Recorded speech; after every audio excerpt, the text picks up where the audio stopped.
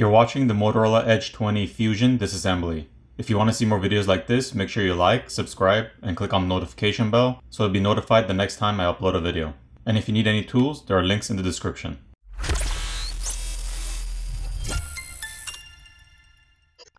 First, the SIM tray needs to be removed.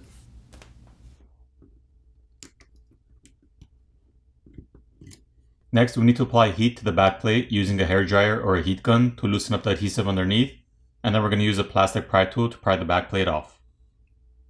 The backplate itself is plastic, and it's easy to pry off. On the inside portion of the backplate, there are 3 foam pads or cushion pads. There are 18 T6 screws or Torx 6 screws which need to be removed. Once those screws are removed, we need to place a plastic pry tool in between the back housing and the frame of the screen and run it along the edges to pop off the catches.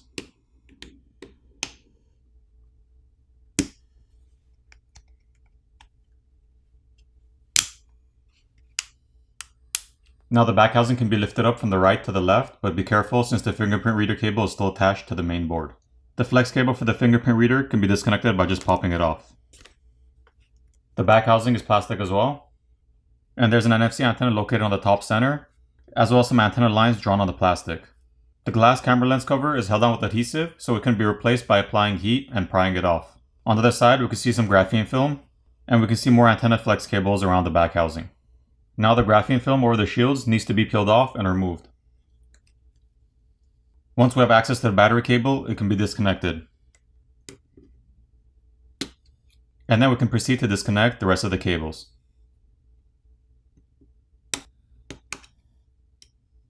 There are 2 coaxial cables on the bottom right corner of the main board, which need to be popped off and disconnected.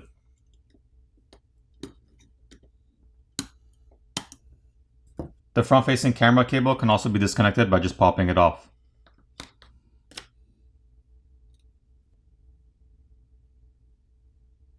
There are 2 T6 screws holding down the main board, which need to be removed. Now the main board can be lifted up and removed.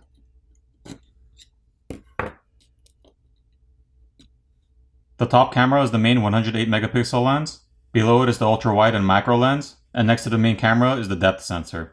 There's a secondary microphone located on the top, and the liquid damage indicator, which is this white sticker over here in the corner. On the other side, the proximity sensor is located on top, the connector for the main camera is located on the back and it can be disconnected by just popping it off, and the SIM card and memory card reader is located over here. There's also more graphene film over the shields. Once the graphene film is peeled back and the removable shields are removed, we can see thermal paste on top of the RAM, processor, and the chips over here. Now the speaker assembly can be lifted up and removed. There's more graphene film over the speaker assembly, and here's the speaker itself. The other 2 ends of the coaxial cable need to be disconnected, as well as the flex cable over here.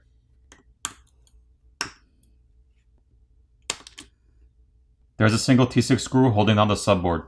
Once that's removed, the subboard can be lifted up and removed.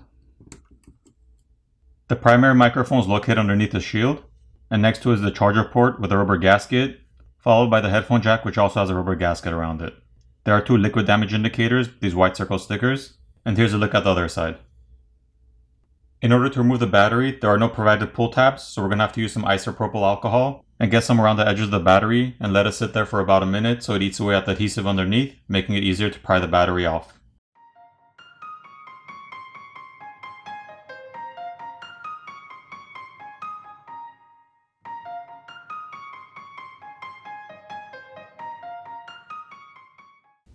Here's a better look at the battery. The adhesive underneath the battery is really strong, so it's going to take you some time to pry it off.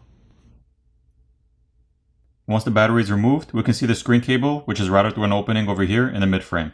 And this flex cable connects the main board to the subboard. So if you wanted to replace your screen, you would have to remove the back plate, as well as the screws, and remove the back housing. Then you would need to disconnect the battery cable and remove the battery itself, and then disconnect the screen cable from the main board.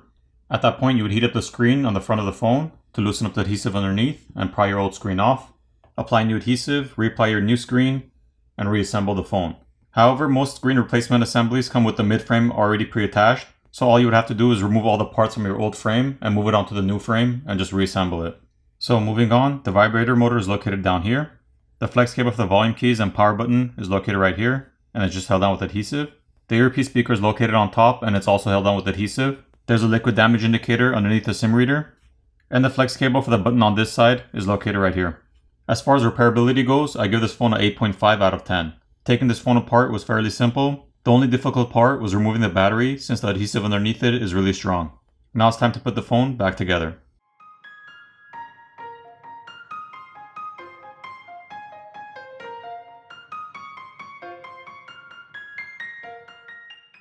Once all the screws are back in place, apply new adhesive and reapply your backplate.